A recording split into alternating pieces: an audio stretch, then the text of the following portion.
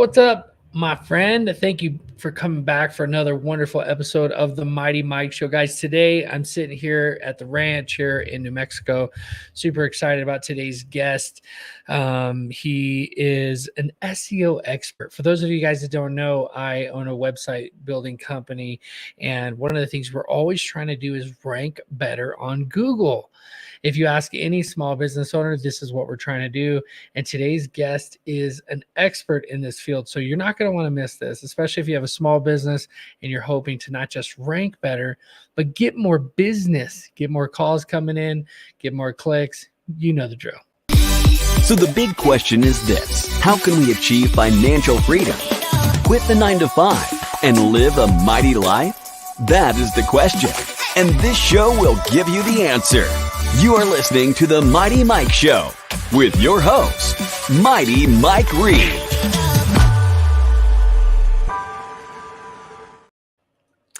What's up, you guys? Love to have Mr. Nathan Gotch. He is the SEO professional, founder of Gotch SEO Academy, and author of the SEO Entrepreneur. Welcome to the show, Nathan. Thank you so much for having me. I'm super excited to get into this. One of the things on the show is I love to hear about your story and how you actually, we'll get into that in a second.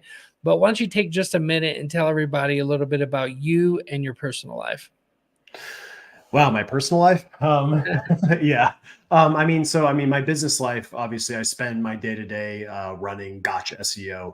And it's got a couple different components to it. Number one, it has a training program, which is Gotch SEO Academy. Whoa, Nathan. Personal life.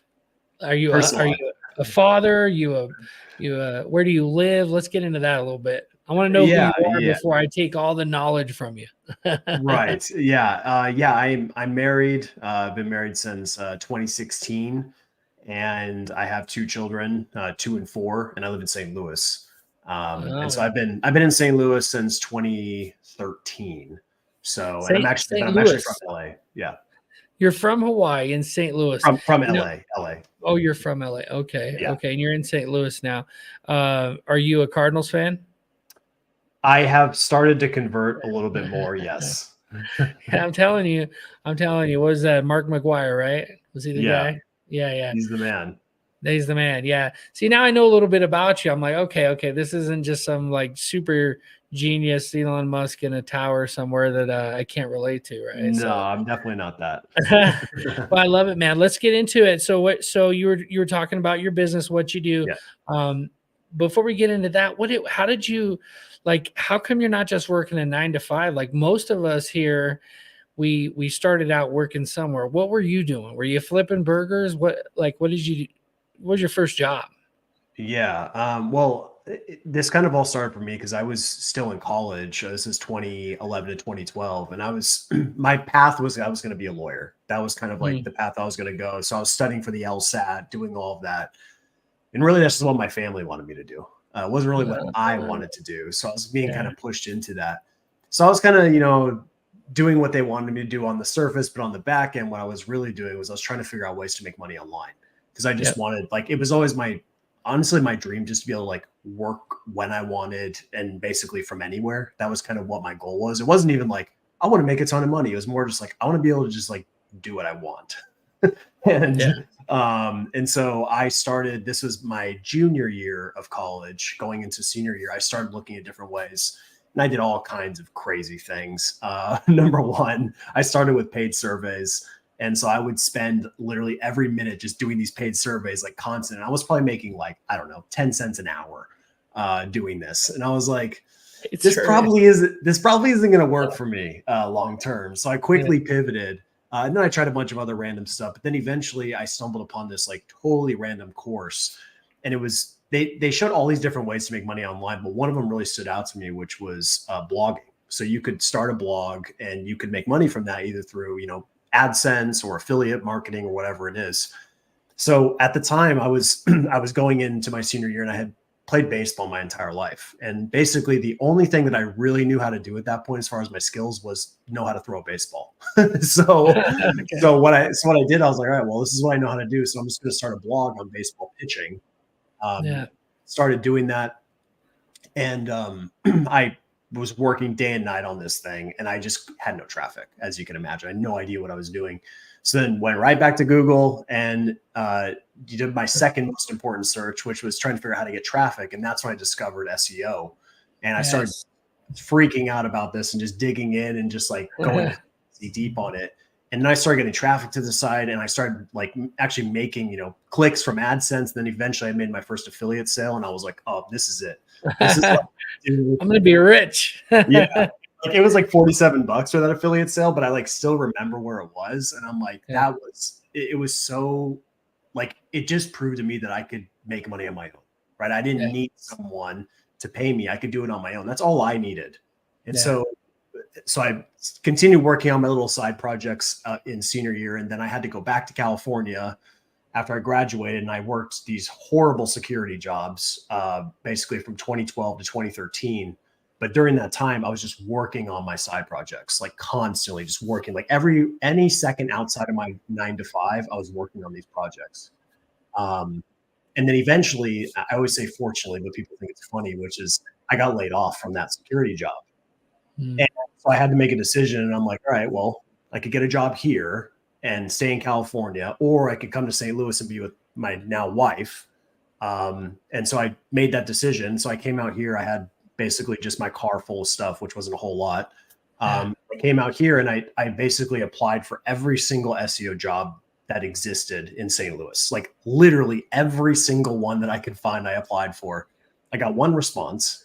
And the one response I did get, I got an interview, and I didn't get that job. So I was left, over here in St. Louis. I didn't have a job, didn't have any clients or any money, but I decided I'm just going to start my own business. I decided to start taking on clients. So that's kind of So Nathan, that's crazy. So first of all, when you go to St. Louis, you're like, I totally understand that, especially with the wife and you're building a family, and you're like, okay, this move local, find a local job, right? What year was this? This is 2013. Okay, so still early on over there. Okay, Yeah. After 2008, so there's a little boom around that time, a little bit. So you're over there, were you thinking like marketing companies you were applying for that maybe had SEO opportunities? So I applied for a little bit of both. So it was some companies that needed an SEO person, and then it was also agencies that sold SEO services to businesses. So I was trying to get into either or, and I got the only interview I got was with an agency, and I didn't get the job. So yeah, that's why I was asking, because as I learn marketing, I almost feel like it's the renegade, like there's nobody. I mean, there are big, huge firms, right? Like VaynerMedia, these type of firms that will hire people, but and much bigger ones too, right? But it's seems like kind of like the redheaded stepchild of any kind of organization, but every single organization needs a marketer. Every single organization needs, and I think probably the reason why is a lot of people who truly understand the value of marketing, that the president of the company ends up being the primary marketer, right? They learn marketing by doing, and that's what I did when I built my first company. Was I was serving legal documents for process serving. And I wanted more business. So I went out and I learned how to Google my business page, right? And then I learned how to rank first on Google with the backlinks and the domain authority, right? So you start to go through it as a business owner. Unfortunately, that took me 5 years to build a business that made a couple $100,000 a year. So that's why I was curious about that, like where you're going to go get a job that's going to pay you a decent wage, like take a cut. Like as a business owner, could I have afforded somebody that was maybe $50,000 a year on salary to do SEO? And as an agency, they have to charge that way more than that in order to make sense of it. So the business model has never made sense to me unless the marketing company's charging a ton of money, which is what they do, right? Some of them, yeah. to pay an employee to do their SEO, to do that kind of stuff. Yeah. Like Vayner, one of these other bigger companies. I just mentioned him because Gary Vee, like he's a legend, right? But I love your newsletter. I've been reading your newsletter. I've researched some of your stuff. I haven't read your book yet, but I'm excited to get into that. So before we dive right into the business of SEO, because I know that's where we're going to extract the most knowledge from you, and I'm excited about that.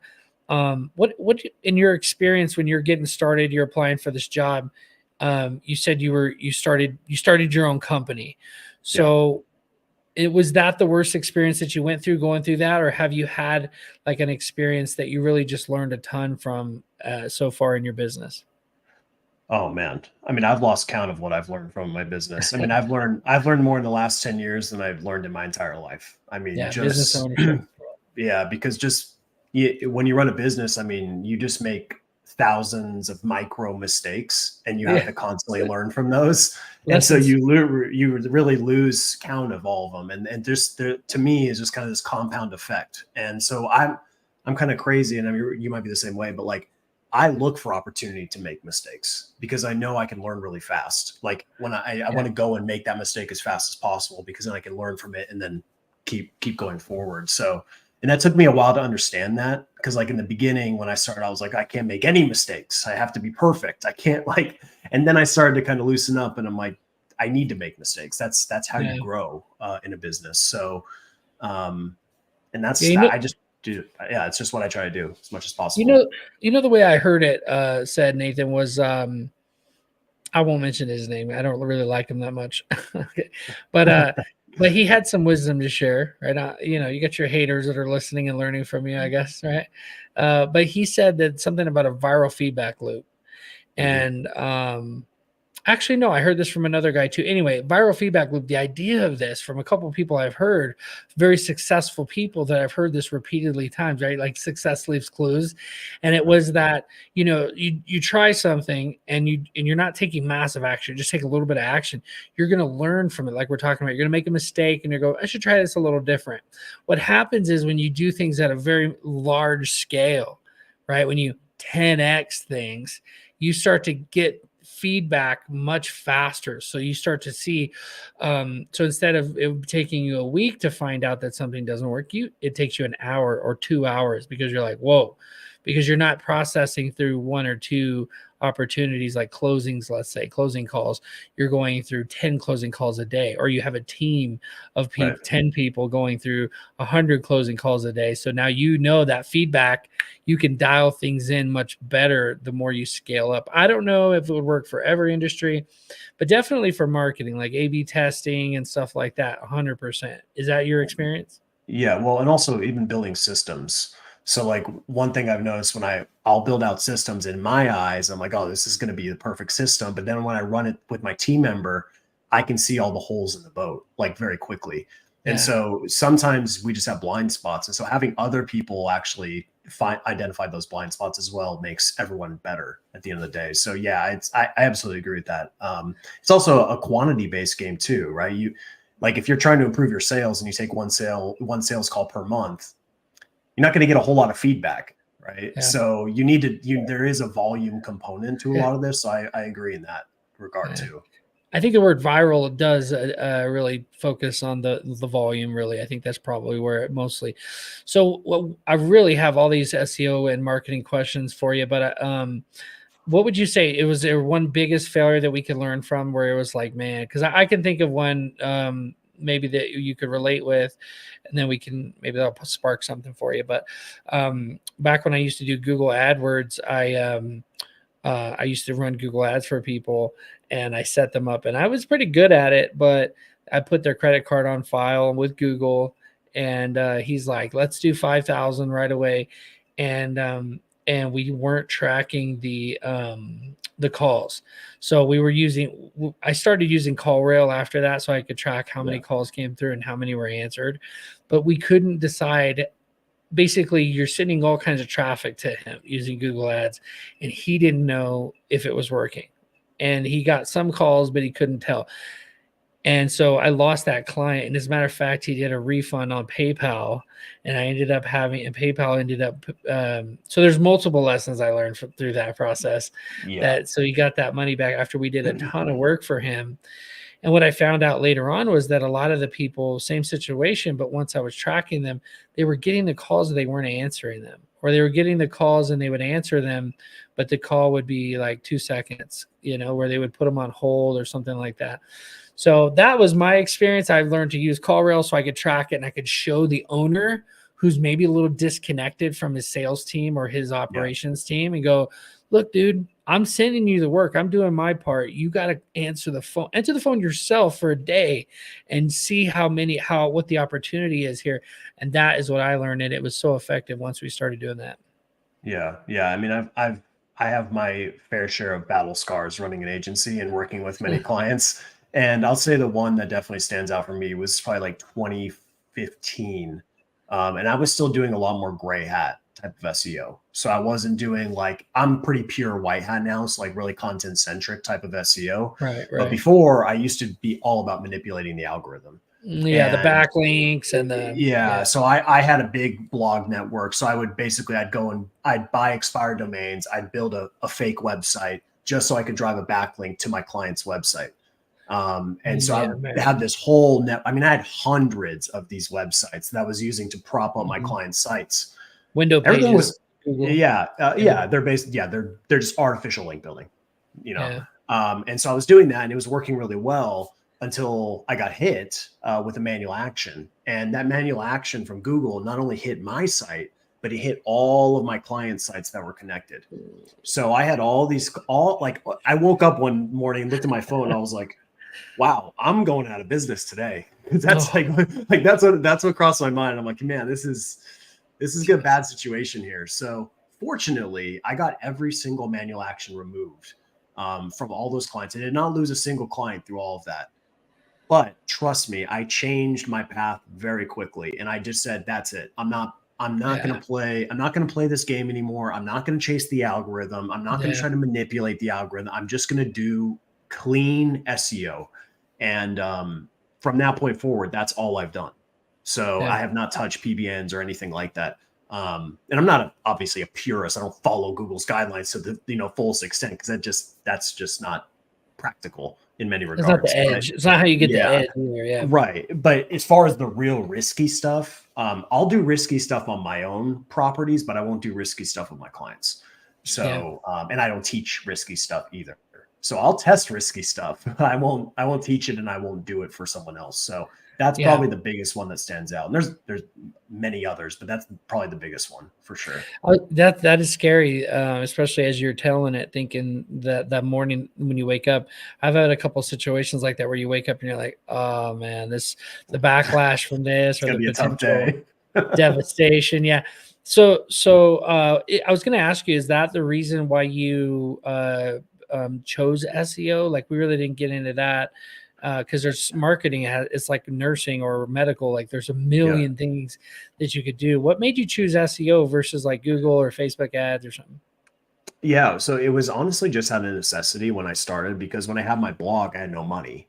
So I was like, I can't pay for ads. I can't pay for anything. So I just need to figure out how to drive traffic for free, quote unquote. So for me, it was just using sweat equity to create the content and do all the work. So good. And for me, I just loved SEO. Like when I saw the results for the first time and I saw the rankings go up and I saw the traffic coming in, I was like, oh man, I'm hooked on this. And I got super, super hooked. And I've just loved it ever since. And now I've added a lot of marketing channels that I've I don't want to say I'm an expert, but I've gotten good at them, other channels outside of SEO. But in the beginning, it was just all SEO.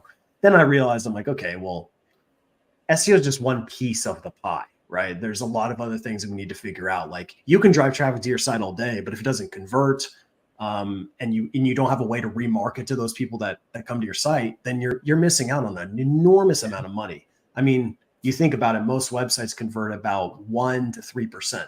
So that means 97 to 99% of people who come to your site never come back. Yeah. So if you don't have a way to actually bring them back to your site, you're playing a really vicious game. So that's why I learned, like, I need to learn other disciplines to be able to do this the right way. So we can get into stuff like that as well. Yeah. I love it. And one of the reasons why I think that that's so powerful, the sweat equity part of it, is because when you're a small business owner and you're just getting started, I hear this a lot. Well, I don't have money to burn. I don't have $7 a click on Google. Right. If you have a business like a plumbing, service-based business, they need you, right? So they're going to Google you. And a lot of people will click on that first link. That's what the studies say. I think as a marketer, I almost never click on the first link. I almost go past the first sponsored link and click on the first one that's ranking organically, because I know they've earned it, right? Do you do that? I'm curious.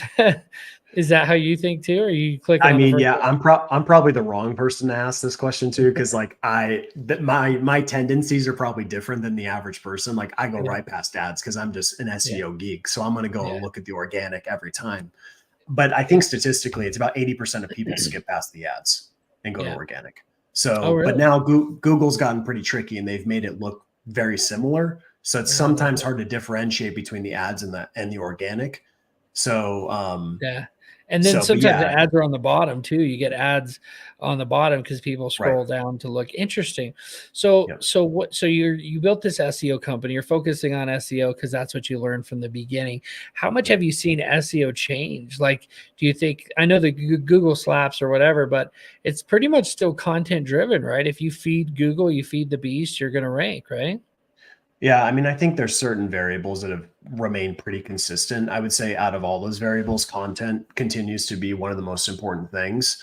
The way that you structure content has changed. So at one point, the strategy was you would build out the longest piece of content imaginable. So if I wanted to rank for a keyword, I just build this monstrosity. It usually be 10,000 words, right? And I try to rank for everything on that one page. That does not work anymore. That's a really bad approach now. So it's much better now to take the keyword, then splinter it off and create one dedicated asset that is the appropriate length to satisfy whatever, the intent of that keyword is, right? So that's better to do that. Yeah. The other big piece of it that has remained consistent is backlinks. And the only variable that's changed as far as backlinks is just the quality that's required has gone up, right? So back in the day, I could just slam a site with all kinds of crazy stuff. Do follow blog comments, Web 2.0s, PBNs, like we discussed, private blog networks. Like I could do a lot and get away with it. You try that today, you're going to suffer some pain. So now these days, as far as links, the only links you should really be focusing on are really editorial in nature and are really relevant. And then number 3, they're on real websites. So it's really important. And then, obviously there's the super premium links like Huffington Post and Forbes and those other links that you always want those if you can get them. But outside of that, you really want to focus on relevance. Like if I'm an SEO blog, I want to get links from other SEO blogs. If I'm a plumber, I want to get links from other plumbers. Pretty simple, but you'd be surprised in execution that people don't do that. So yeah. What do you think about buying a domain that of a business just to have its domain? Because it's been, let's say it's ranked, you know what I mean, first page in the plumbing, because a lot of I buy a lot of businesses and invest in businesses, and sometimes they're selling it and you're basically getting a contact list, a domain, an email in a local area. Is there any value to that, you think? Yeah, there's definitely value from basically acquiring a relevant domain with an existing link profile in particular is really powerful. And you can use that to your advantage. I mean, I actually teach a technique called the merger technique. And what that means is you go out and you find a relevant domain that has an existing link profile that is highly relevant. And then you can merge that with your website to grow your site authority. And a lot of big people, like big websites that you probably know, have done this many, many times. When you start to examine a link profile, it's very common because it works when it's executed correctly. When it's executed incorrectly, it can be really bad. But it is definitely a good strategy for sure. This oftentimes it's the thing. It's like, hey, they got 1,000 reviews on their Google My Business page. They got okay, well, I'm asking you some things I'm just curious about, but let's get back into your story a little bit. What is that biggest win? The thing now, just so you know, I love to hear about wins. This is don't feel like you're bragging, but you are bragging, right? That win where you were like, dang, this is my thing. Like you got that check. Like for example, let me just give you an example. When I first started my first company, and you're serving legal documents, I got that first check from an attorney, and like he was in another country and he needed something delivered. Give me a $5,000 check, right? Or when I got a real estate deal, it was a wholesale contract for $80,000, right? These are different phases in my life where it's like, whoa, this is the thing that I'm focused on right now, and I'm the expert in it, and it's a big win. What is your biggest win? You can say the dollar amount if you want, but it's more about the time where you did it and how you knew. Yeah, I mean, the dollars to me are somewhat irrelevant, because at a certain point your business grows, then the numbers just become like, yeah, that's, you get used to it, right? But for me, what really, like, the ones that stand out, number one, the one I mentioned earlier, was that affiliate commission. Like, that $47, it's not a lot of money, but I'm telling you, that one was really impactful. And I'm still talking about it today. I'm still referencing it because I remember we were going out to bowling that night, and I was like, we were right about to leave, and I looked at my phone and I saw I was on ClickBank, and it popped through, and I was like, oh man, that is something special. And that was like, that gave me all that still motivates me today, just that one little commission. Interesting. And then the other one that definitely stands out is when I first started my SEO business, I was only doing client SEO. So I would just do SEO for other businesses. And I used to charge just like really low rates. I mean, the lowest that you could even imagine. My first client paid me $100 a month, and I was working probably 40 hours a week on $100 a month. I mean, it was just like, just crazy. Right. And so I did that, and I was like, okay, I think I messed up here. So then I increased my rate up to $250 a month, and still just dirt cheap. So I kept doing that. And then eventually, but I was getting a lot of clients, of course, cheapest guy gets a lot of clients, makes sense. So then I went up to 500 and 1,000. And then eventually I finally decided all right, I need to charge more for what I'm doing. So I had a proposal call with this company in St. Louis. They're a data center company. And basically, speaking of acquisitions, what they do, they go and acquire data centers all over the United States. So they're a big company. I mean, really big. And so I was like, all right, I'm going to go for it. I'm going to try to charge something a little bit bigger. So I big, huge number was $2,500 a month. Now, in hindsight now, I make a lot more than that on these campaigns. But at that time, it was like I was charging $1 million a month in my eyes. Because there's no way. Yeah, there's no way anyone on earth would pay this much money for SEO. That was my mind. I was like, I know I'm going to lose the contract. I'm just going to send it, and whatever happens, happens. And the guy's like, okay, yeah, that looks good. Let's go. And I'm like, oh, I guess should have went 10. Yeah. And I guess that's not that much money. And then it changed the whole frame of mind. Yeah. Maybe I've just been undercharging this whole time, and I thought that was a lot of money when it wasn't. And now, speaking of bragging here, but I just want to say, I have campaigns that are, $10,000 a month now. Yeah. That's a huge difference. And that's even then when I did that one, I was like, 10,000 a month. There's no way anyone would do that. And then they did it. And I'm like, okay, now my frame has changed again. And so now for me, now that I've gone through this for so long, for 10 years, undervaluing myself so many times, that's why in my training, I'm always telling people, they'll tell me the rates. I'm like, okay, the only thing you have to do today is never work for that rate ever again. Just double your rate and never look at it. It's I've never once told someone to increase their rates and they come back to me and they're like, you know what, Nathan, that was a horrible decision. I can't believe I did that. Yeah. No one has ever done that. Never once. So, and I just know from experience, right? Because it's just, I think there's a tendency in all business, even when you're selling just a product, a smaller product with a smaller ticket, we always undervalue what we do. It's just a natural human tendency. At least I think it is personally. Yeah. So, it really is a travesty too, because I have a partner in my website company, and she does all the building and then the SEO and stuff. We have a team that does all this, and I used to charge $3,000 to build a website, and which is cheap, right? It's cheap to build a website. And then we focus on a certain demographic, process servers, private investigators, and attorneys. And what we realize is a lot of these guys, they don't even have a website. They don't want to invest in themselves. And so we were not forced to, but she said, let's lower it to this super cheap sign up fee. I'm embarrassed to even say, but it's a setup fee. And then we charge more per month. So the average value of the customer is still pretty high. It's higher than it was. but now they pay like a $79 a month hosting fee for us. We host it Right. and we manage the SEO. So it's still super cheap in my mind. But when I tried to sell it that, hey, you know what? You don't understand. Like if these people rank on the first page of Google, they're making thousands, maybe tens of thousands of dollars a month. Our services are worth more than, and so, but sometimes you just can't convince people of the value of their service because they themselves would not pay for that. Like the mindset, this comes back to the whole job mindset versus entrepreneur mindset. If you're an entrepreneur, like you said, you get a frame shift or a mindset shift of like, wow, I'm worth 10,000. Can you imagine if you would have went back in the day and maybe had a friend who knew the business and was like, Nathan, you need to start at $10,000 a month. And then you landed this client, all your clients moving forward would have been $10,000 a month. Do you think that would have changed your perspective at all if you started out at that?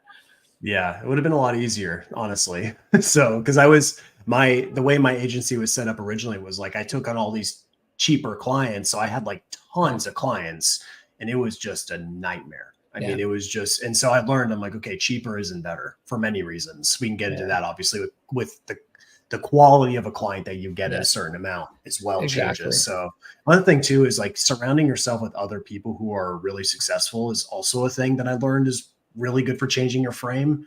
And what you'll find out is like people who are really not the people we see on social media, right? I'm talking people that really have built real businesses and they don't have tons of followers on social. You wouldn't even know, but when you talk to them and you find out the numbers they do, talk about a frame switch. I mean, one of my close SEO friends here in St. Louis, like we went out to launch this a couple of years ago and we were just talking about, talking business. And he's like, yeah, I just closed an $80,000 per month deal. And I'm like, 80,000, like it blew, like my head exploded because I couldn't even understand how that was possible, but it changed my frame again. I'm like, if he can do 80,000 a month, why can't I do it? Like, it just changes what you think is even possible. So it seems like every level you go up, there's a new kind of level that you have to kind of break through. So yeah.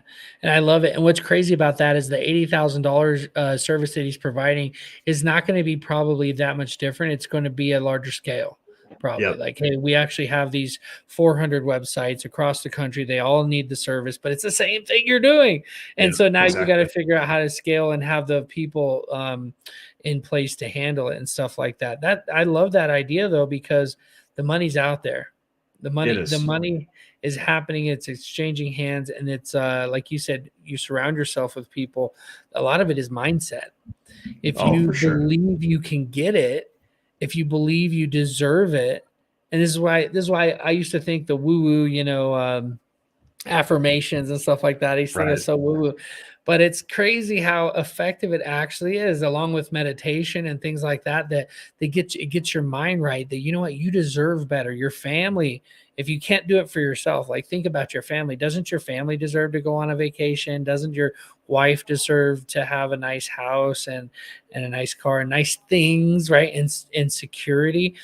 So let's talk about that. Like, what are you? Let's transition a little bit because you're doing a lot, primarily SEO, but you're doing a lot. You have different clients. I could go all day about different SEO tactics and mindset, but let's dive in. What are you working on right now that you're most fired up about? Oh, hands down my academy for sure. Okay. Yeah. I mean, teaching, right? Yeah. SEO? Yeah. Teaching. I mean, I've always had a real love just for teaching in general. Like I've been creating content in the SEO industry for 10 years now and just free content. Like if you go on my YouTube channel, I've, hundreds of hours of free training. I think I have like 3 million views on this content on YouTube. I mean, it's pretty substantial, but I just enjoy it. Right. Like, yeah, the metrics are cool and the followers and all that's great. But like deep down inside, I just enjoy teaching. And so for me, in my academy, my academy's gone through many versions. And the first version was an all text-based training. And this was in 2016. It was like just literally text.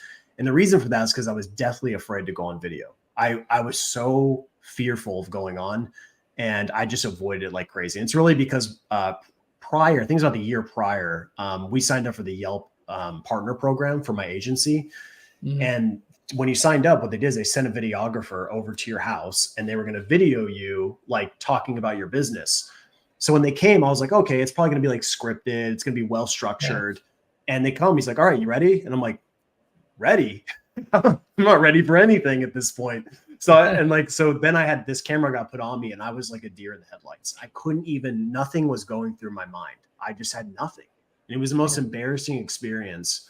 And I was like, I'm never doing video, literally ever. And then I basically just like put all these self-limiting beliefs on myself. And I'm like, I'm just a better copywriter. I'm just so much better at writing. And that videos for people that are good at video and they're not good at writing. Yeah. I kept this kind of these beliefs in place to prevent myself from doing what I needed to do.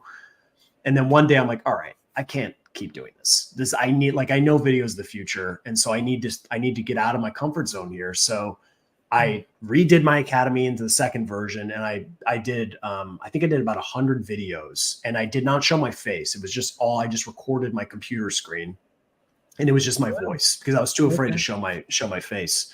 And those videos were awful. I mean, they were just so bad. When I look back and I'm like, oh, the cringe is unreal.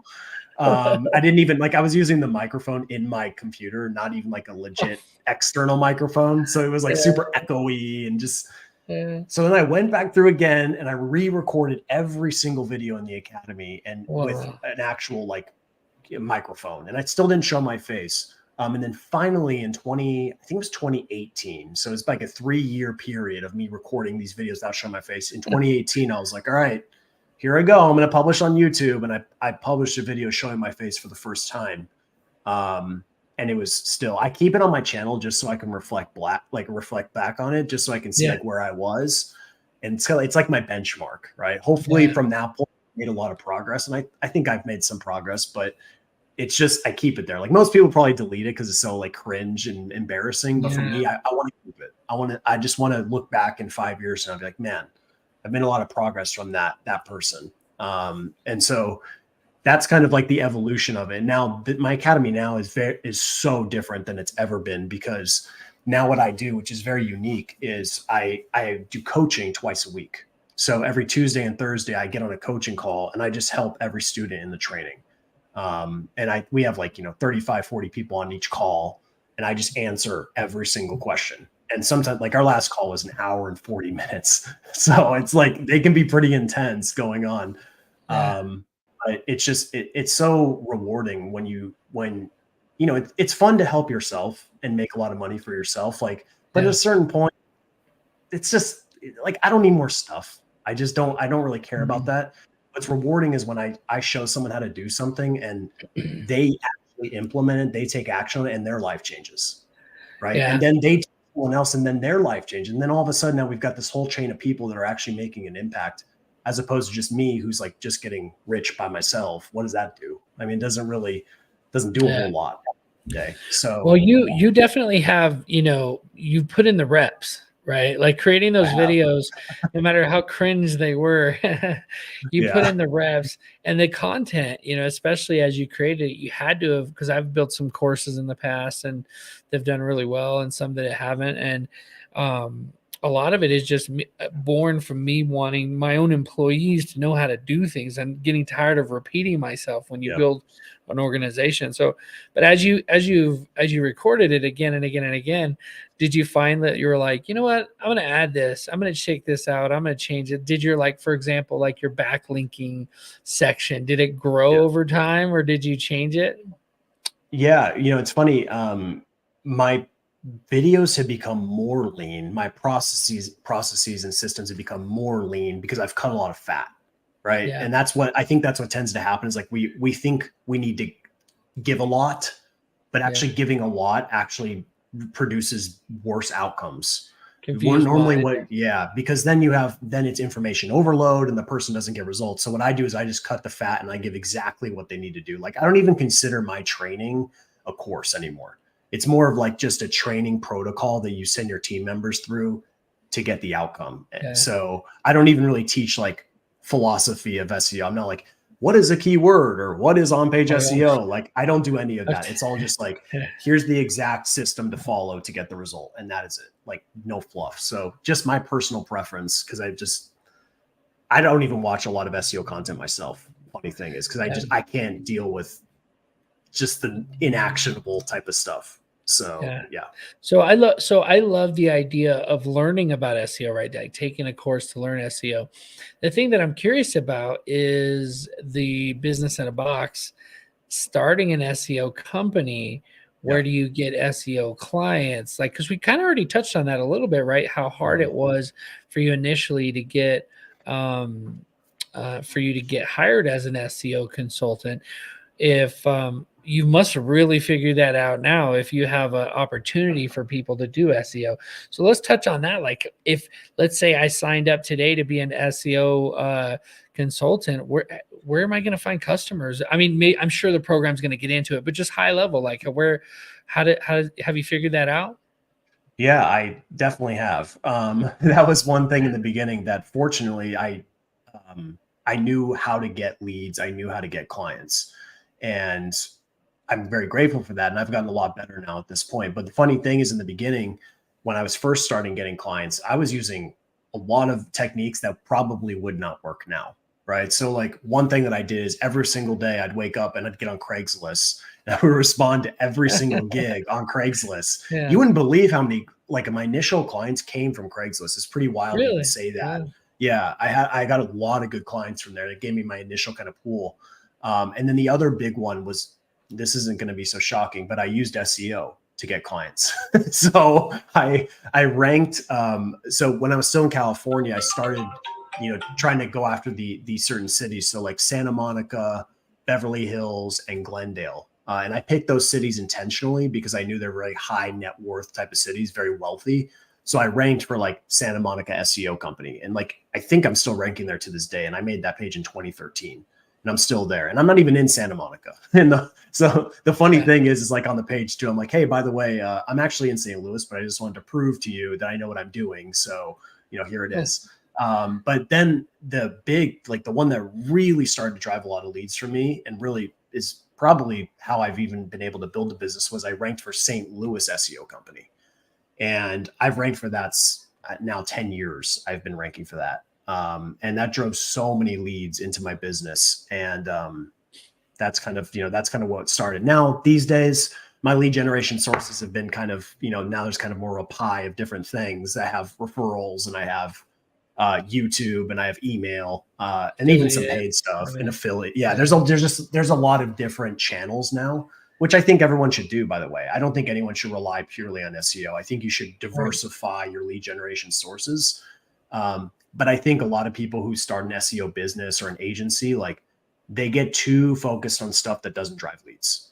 Like Yeah. they I'm going to start publishing on Twitter every day or, and it's like, okay, yeah, you could go an organic kind of strategy like that, but it's super painful and difficult. There's way easier ways to get leads. So like one of the things that I teach people is not even to focus necessarily on what channel you're going to use, more focus on the business model first, which is what niche am I going after? Because if you figure out what niche you're going after, then the marketing becomes really easy. But when you're just like, hey, I'm an SEO company. Okay, well, there's a lot of SEO companies. I mean, if you look on Clutch, I think there's like 47,000 SEO companies in the US. So if you think about Yes. that, you're going to really be fighting some really, tough players to try to break in. But if you become an SEO company for endodontists, now it becomes a lot easier. You don't even need to be that good to win there because you're not Yeah. really competing against anyone. Yeah. And so I'm always teaching people, I'm like, literally just go to my YouTube channel, take one of my concepts, like my video about on-page SEO, and then just say, here's how to do on-page SEO for endodontists. Publish a video, link to a page that says, hey, book your free, SEO Yeah. diagnosis, and just do that over and over and over. And Yeah. it's so simple, but Yeah. people like to overcomplicate this. And Yeah. but the niching down is the key. So yeah, I love that. That was actually one of my takeaways I was going to say is that as someone who has a marketing company that we only focus on website building, but oftentimes I'm trying to rank for marketing company, right? Like right, marketing, which is like such a giant umbrella of underneath SEO, Facebook, like, but if you yeah, niche down to just that thing for right, that service type, for that type of marketing, so it's like SEO marketing for attorneys, for example, yep, in Sacramento or whatever it is, right? Like For sure. it's very rare that somebody else is going to go and target that exact same thing to rank for. So creating a video. So you mentioned YouTube. That was another thing I wanted to mention is Yeah. how much does YouTube play now that you're good with camera and you're like, you're a rock star, obviously here I didn't even notice till you mentioned something that you had those issues, but you're doing great, man. So Well, I appreciate that. how does YouTube like play into all this? Do you always make a video when you're making an article or does it matter? What are the things that matter for that?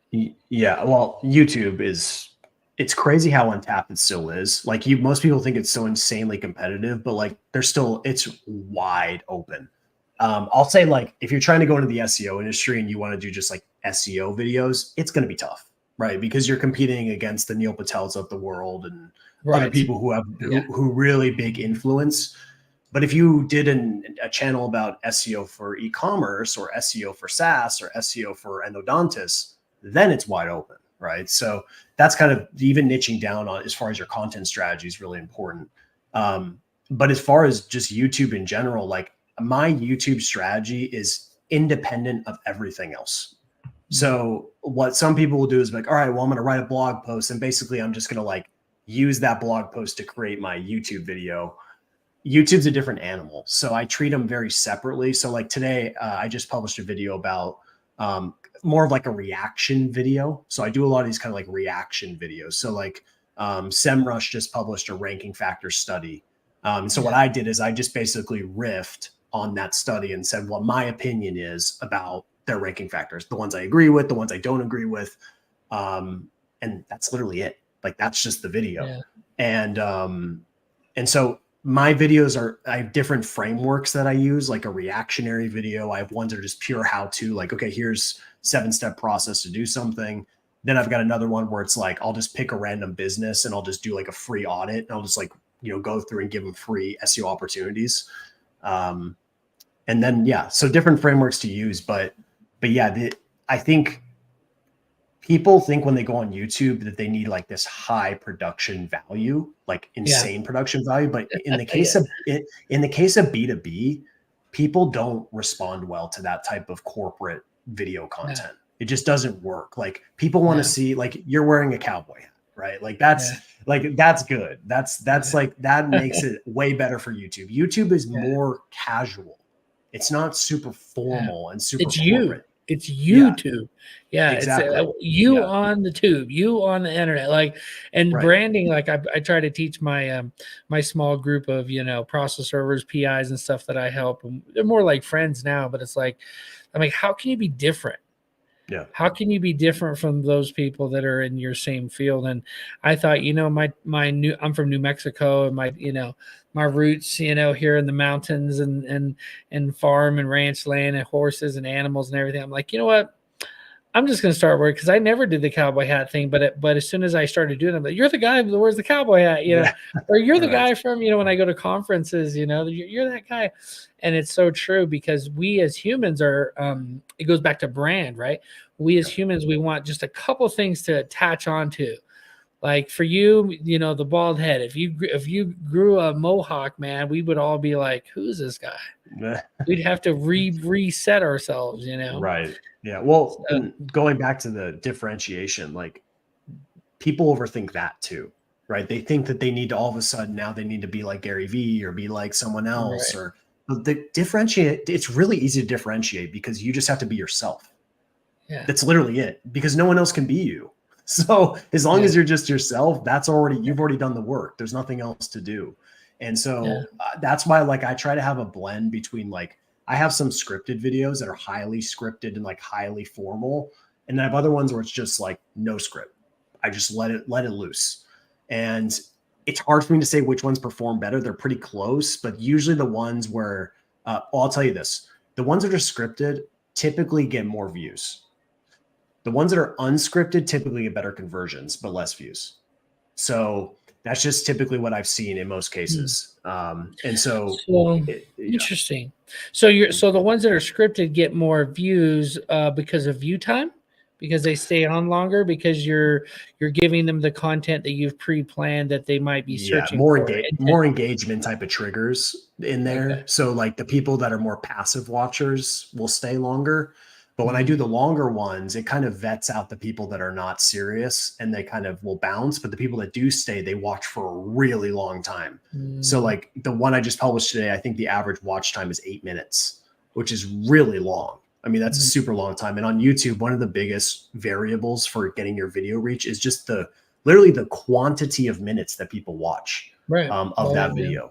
So unless some It's people get hard to wrapped up, do. yeah, I was gonna say people get wrapped up with average view duration as far as percentage, but that doesn't really influence anything because technically I could publish a 1 minute video and get 90% retention. Shorts do that. Shorts do that Yeah, like crazy. Yeah. yeah. So and that doesn't really move the needle. What you need is like videos where like hours. You need actual hours quantity. Yeah. That's what moves it. Is what I've found at least on Yeah.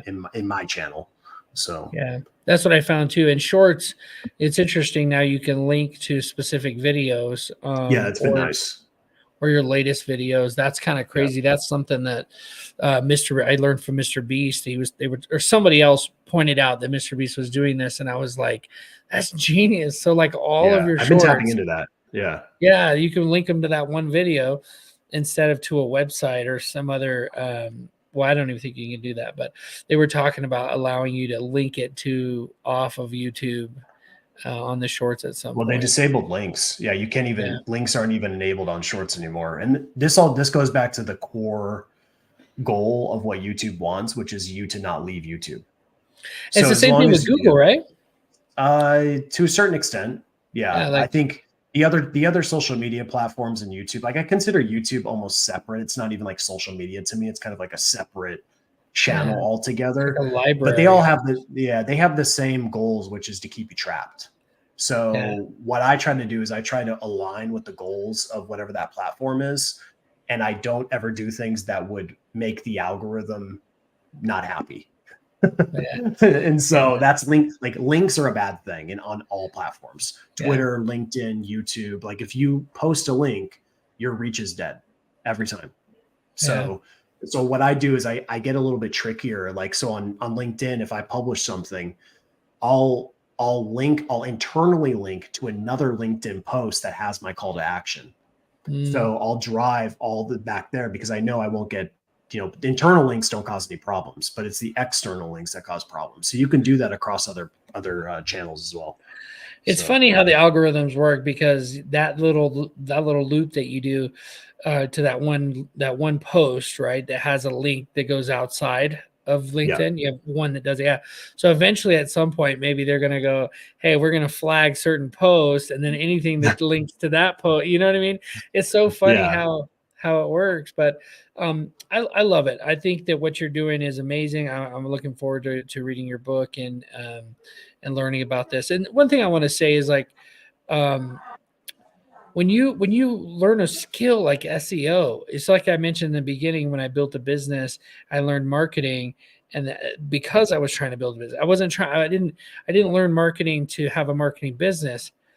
So once you have the ability, like for example, Nathan, if you wanted to go start your own plumbing company, let's say your brother's a plumber, yeah, it's like having a superpower that you can go, listen, I normally charge 10,000, maybe even 30 grand for what I could do for you.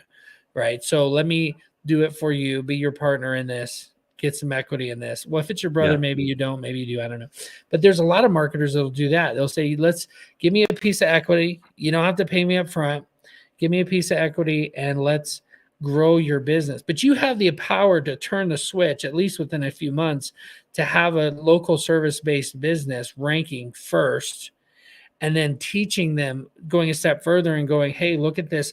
You can create a video, common things that make the toilet clog or whatever, and if it's more than this, give us a call, right? And then it links back to their website. And I mean, it's so powerful. So I guess my question is, what is your just a superpower that you have that you've built over these years that you're willing to share with people?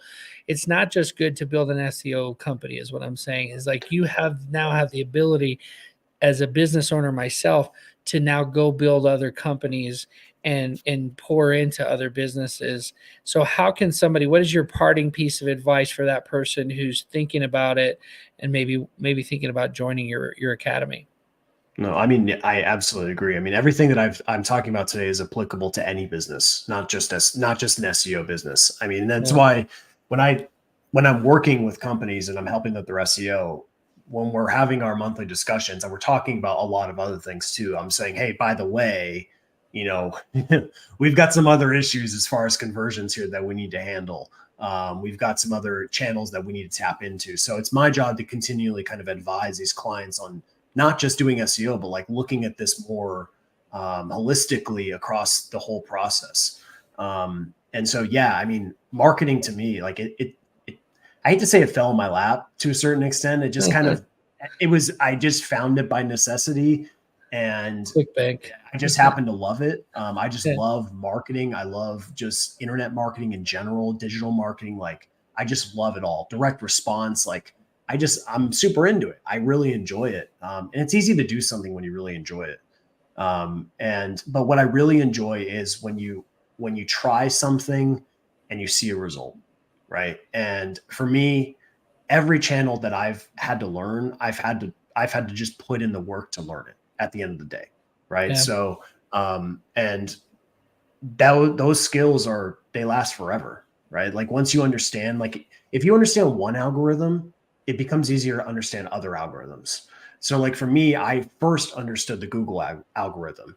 Then I went to YouTube and like, I see. I understand. I took some of the parts of the YouTube Google algorithm and applied that to YouTube, and it actually worked in many ways. And now, but then there's certain variables in YouTube that are different than Google, right? So then I did the same thing on LinkedIn, and I figured out that algorithm, and then the Twitter algorithm. Now it's just figuring out these different things. But at the end of the day, when you've done this for so long, you realize that the algorithms aren't even what matter. What matters is just creating content that's helpful for the people that you're serving and doing it consistently, right? Because the algorithms are reactionary. They don't do anything until something is produced. They're reacting to what is produced. They're reacting to what the users do with that content. So the only thing you can really control is the content at the end of the day. So if it's not working, you just have to work on the content, and then obviously promoting it to a certain extent as well. So I got honestly, like Nathan, I'm sitting here thinking about what you're talking about, and I can't help but think of Mr. Beast and how whenever one of his videos come up, like my kids first told me about him. It was Logan Paul, and then they went to Mr. Beast. Right now, it's Mr. Beast is like he's grown hundreds of millions of followers.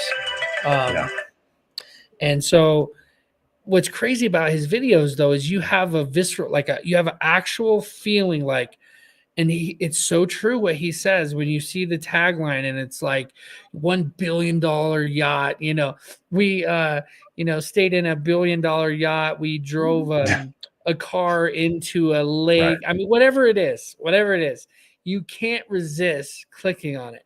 It's gotten to the point now where if I see one of his videos, I don't even look at the thumbnail because I know I'm going to want to watch it.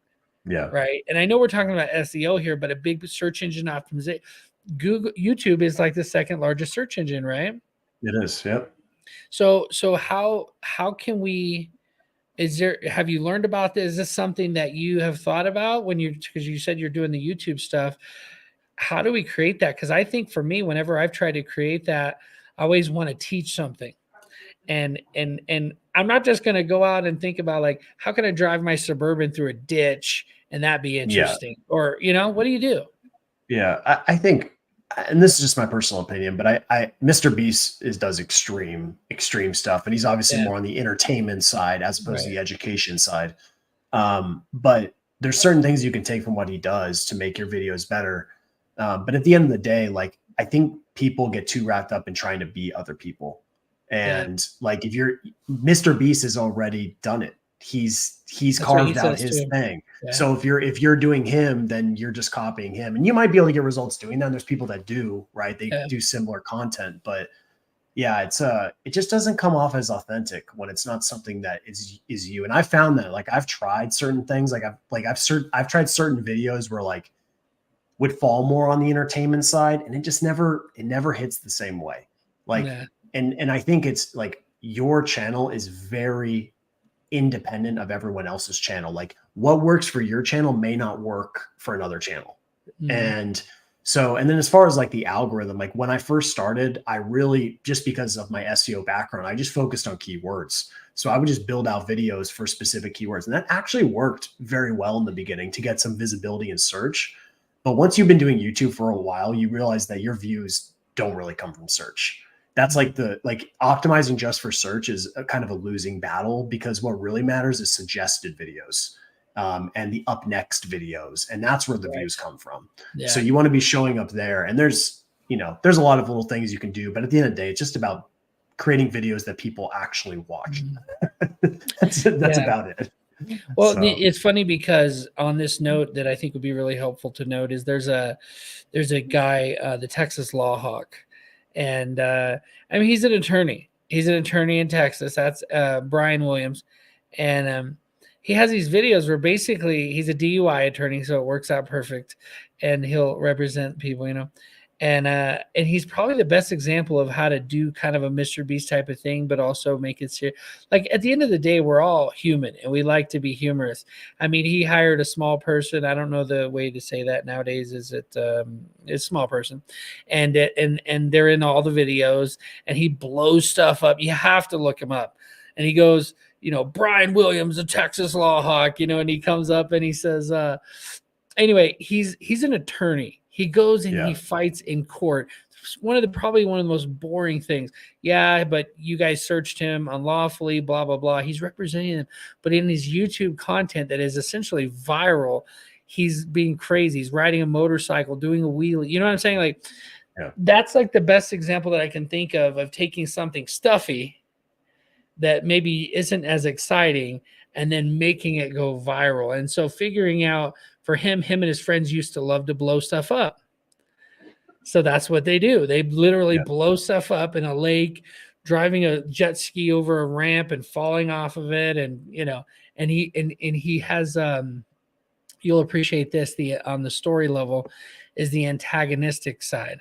So there's always an opposition. And in his case, the opposition are the police that are numbskulls, and they're all kind of like, drunk and asking these people to take these tests. And so anyway, I'm curious what you think when it comes to, I mean, I'm getting into YouTube a little bit here, but if somebody joins your academy, they get into this, you said you do these mastermind calls. Is there a way to have these kind of conversations with you and maybe other people on an ongoing basis in your academy? Yeah, well, that's what the coaching calls are. Yeah, so every Tuesday and Thursday, that's what we do. We get on these calls, Zoom calls. Like today, we have one at 3, and I always start with questions in the community. So I start there first. Then once those are done, then we just open it up to Q&A. And sometimes we're talking about building an SEO business. Other times we're just geeking out about some SEO challenge that someone is having, right? And so it can be either or. But yeah, it's been so helpful because prior to 2021, my course, it used to just be a course, right? You'd sign up, you'd pay a one-time fee, and basically you're on your own, like every other courses, right? Hey, here's a course, good luck. That's basically what it was. Yeah. And I found out, and this is doing my research, and I found out that most online courses, people only finish about 10%, right? So 10% of people actually finish an online course.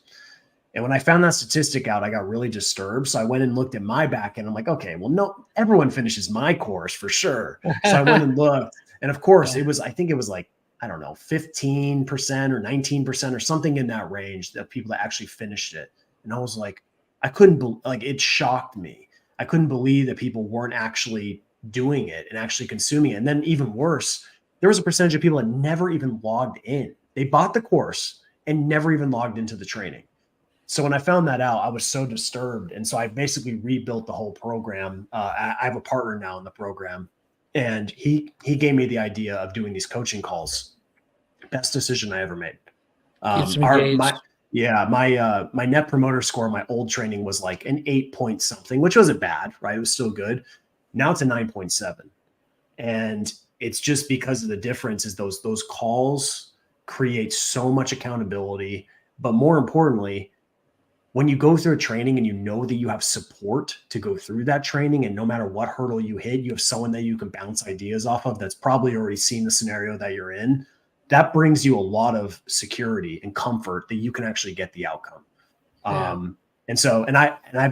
I've paid for my fair share of courses and coaching, and I can tell you, I've been through a few where it's been some nice bait and switch type of scenarios. Like you get in and you're like, oh, I'm going to learn from this guy. I really love following him. Can't wait to learn from him. You're super pumped. And again, it's some like intern teaching the course. And you're like, what? Yeah. That's not what I thought I was going to be learning from the guy. And now I'm learning from you. And that's like, that happened to me one time. And I was like, oh, I would never do that to someone. Never. Yeah. So it's just, or it's a sales funnel where you get into it and it's like, by the way, here's your course, but here's this other mastermind where it's 100,000. Like I paid for $25,000 master. What is it called? It's called a club. And then there's the next level, which is 100,000. And it's like, there's almost like this guilt trip where it's like, sign up for this because we're going tomorrow to the Cabo or whatever. And it's like, I want to go to Cabo, you know? I just get 25 grand. That's not chopped liver. You know what I mean? No. So, so I'm excited. I think, having this, I don't know what your academy is, and you don't have to say it now. People can go check it out. I want to throw it up here. Is that the best domain to go to for that? That works. Yep. All right. Yeah. But I would imagine something like this would be at least worth $25,000. And so I hope people will go check it out. I know I'm going to go check it out. Just one of your accounts, could pay you $10,000 a month. So I imagine, having 5 or 10 clients that pay you that, it's life-changing. It's life-changing. Sure. And if you have a business, like you're a law firm, I know we have a lot of law firms and paralegals and process servers that watch the show, as well as real estate folks. That's a huge, just one sale gets you $5,000 or $10,000. So definitely go check that out. Is there any other contact information you want to share for people to stay in touch with you? Yeah, you can Google Nathan Gotch or go to YouTube. You can search Nathan Gotch if you want to watch some free SEO videos. I got plenty there. And then GotchSEO.com. I'm all over the place. I'm not hard to find. So you can search me. Absolutely. Well, I appreciate you coming on the show. I definitely, I've learned a lot of different aspects and different ways to look at things. I know you're out there crushing it. I'm excited to check out the Academy. And guys, you've been hanging out here with me and Nathan. We've been chatting about SEO, and I'm a big fan of the idea that you're the average of the 5 people you spend the most time with. So right now, at least for the last hour, if you've been chilling with us, and if you're watching the replay, comment replay. And if you're listening to the podcast, go check out I didn't actually mention it, Gotch, it's his last name, Nathan's last name, GOTCH SEO.com. And we'll put all the information in the show notes as well. Thank you so much, Nathan. I appreciate you. Thank you so much for having me. All right, you guys, we'll see you on the next episode. Go out there and take some mighty action. Let's see him. I know you're a weightlifter. Oh man, I can't. Too small. Too small. Yeah, too small. All right. We'll see you guys on the next one. Take care, be safe, and live mighty. For more great content like this and your chance to win cash prizes each week live online, visit www.mightymikereed.com. That's www.mightymikereed.com. Don't forget to subscribe, rate, and review on your favorite audio platform. Until next time, take care and live mighty.